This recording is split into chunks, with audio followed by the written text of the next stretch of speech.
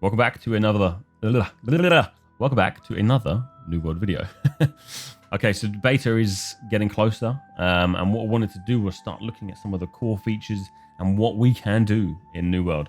So you would have seen in the last video I touched on what are faction control points. I am part of a big PvP focused competitive clan. We are hoping that New World PvP is going to be awesome. In this video, I'm going to be talking about settlements, what they are, what you can do with them inside them, and what they mean for your faction and your company.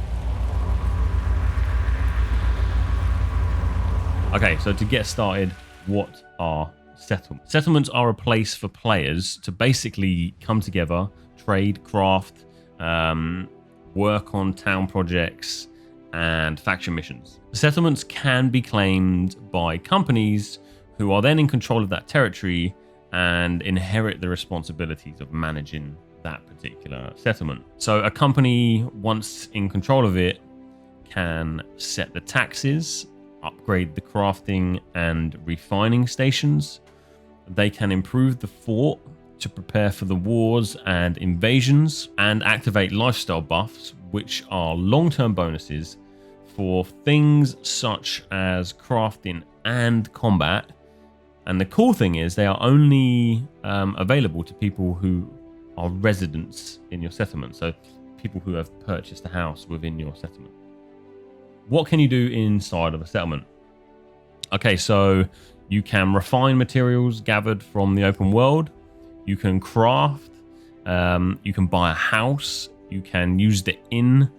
You can trade. You can trade with other players, of course, anywhere, but I think primarily that might happen within the settlements. You can use the trading house, the auction house. You will have personal storage, which is your personal storage is dedicated to that particular town.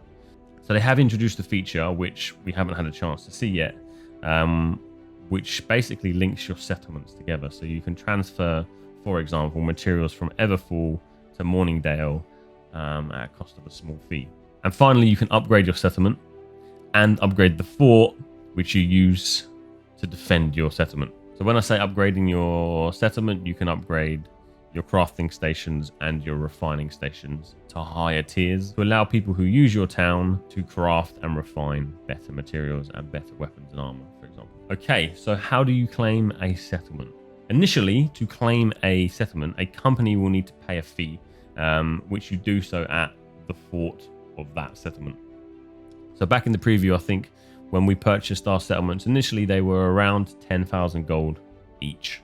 Once a settlement is controlled by a company, the only way to take that off them will be via a glorious 50 versus 50 war. Obviously, you cannot declare war on companies in the same faction as you, so try and make sure you get along with your neighbors. To declare war, a territory must first be weakened and put in a state of conflict. Okay, so to do this, your faction must have enough influence in that particular territory to make the attack. This can be done, I think at the moment it's only done by completing PvP faction missions. I'm not sure, but it would make sense if you PvP and kill an enemy player in their own territory, that also would add to the influence. But I'm not sure if that's been confirmed yet. Once the enemy territory is in conflict, this is where companies from your faction can declare war. All companies can declare war on that particular settlement that's in conflict. So there could be 5, there could be 10, there could just be one company. And the way they've done it to allow small clans and big clans to get involved in the territory wars is by selecting a company at random. That company is called the Vanguard. I believe they've done this to basically allow smaller companies, maybe a 5-man company, also a company with multiple companies, all have the chance to become the Vanguard and declare war on that territory. If you are a small 5 or 10-man company and you have been chosen as the Vanguard, you would want to put in as many of your own players as possible. And then to make up the additional, you can select people who have signed up for your war to basically make the full 50-man team. Obviously, if you win this war, you then become the governing clan, the governing company of that particular territory, and it's then down to you to then manage it, control the taxes, look after the people, and become a good governing company. So again, a lot of this information is from my experience in the preview and alpha patch notes. Once beta comes out, I'll do another update so we can get a full insight to what settlements are and how they're going to basically determine what your server looks like and the way people play.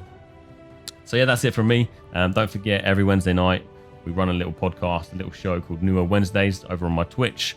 Link is below. And if you did like this video, give it a thumbs up. It means a lot. And yeah, see you on the next one.